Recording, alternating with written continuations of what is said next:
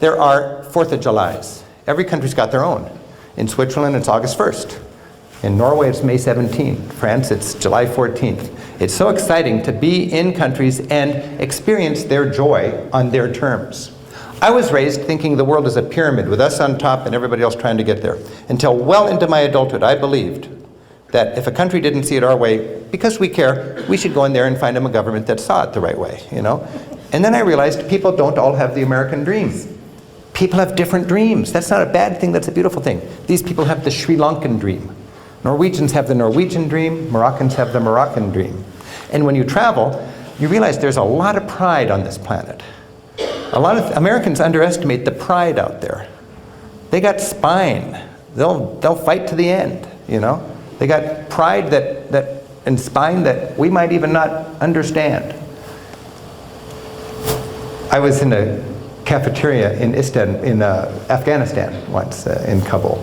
And I was just minding my own business, and a man sat next to me, and he said, "Can I join you?" And I said, "You already have." And he said, "You're an American?" I said, "Yeah."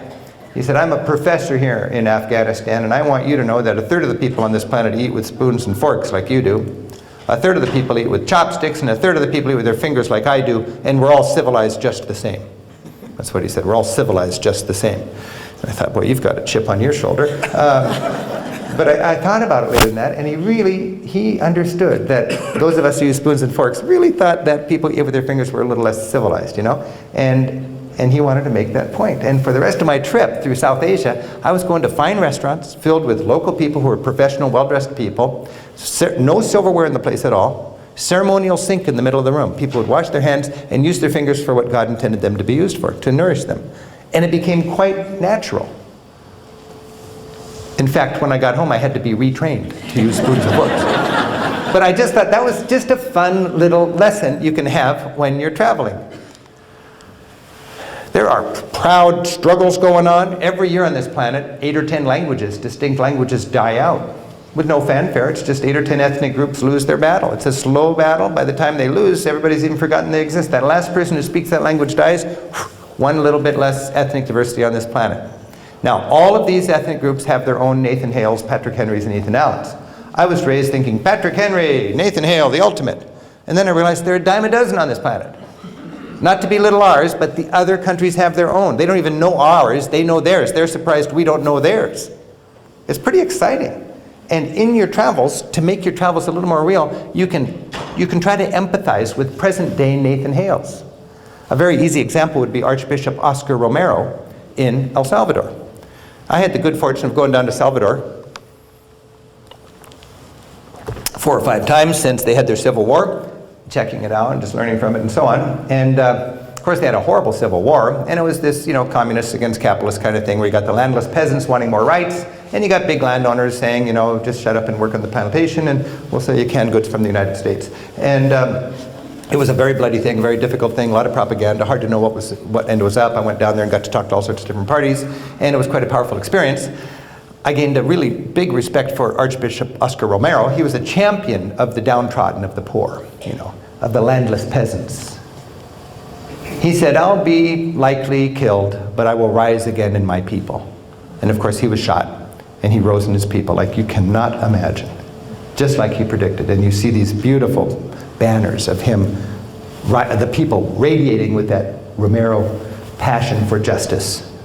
A couple of years ago, I was heading for Mazatlan for a nice vacation. I was due for a vacation. I was ready for a pristine stretch of tropical beach, swept free of local riffraff. It's just going to be me, a masseuse, and a plastic band on my wrist that gave me unlimited margaritas.